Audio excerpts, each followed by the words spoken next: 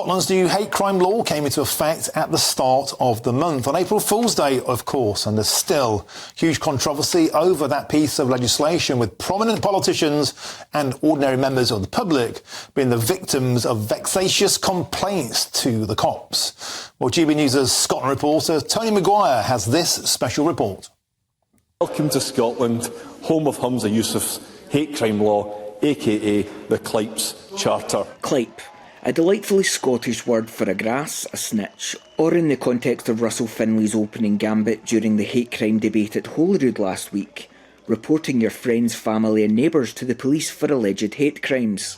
The SNP responded by doubling down on the new law's ability to protect vulnerable victims. I am confident that we have robust legislation that will protect those who are vulnerable to harm. But other victims are emerging in the wake of this new legislation.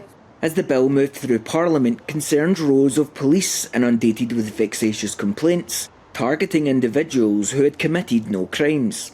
The first fortnight of the new law gave rise to nearly 9,000 complaints. The vast majority, at least 95%, have been deemed not to be crimes. False reporting is nothing new. A social post from Scottish Conservative Murdo Fraser was flagged by a trans rights activist in November. Police decided that no crime had been committed, but nevertheless that was recorded as a non-crime hate incident.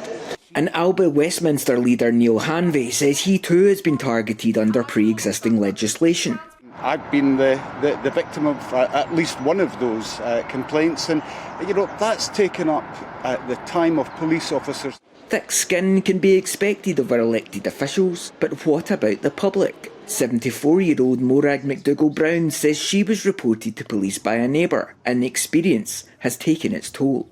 I hate to think that anybody like me or similar to my age would ever have to go through this, because I really don't think I will ever go over it. It's a danger to Scotland. It affects us. It affects our freedom of speech. It's a gagging order.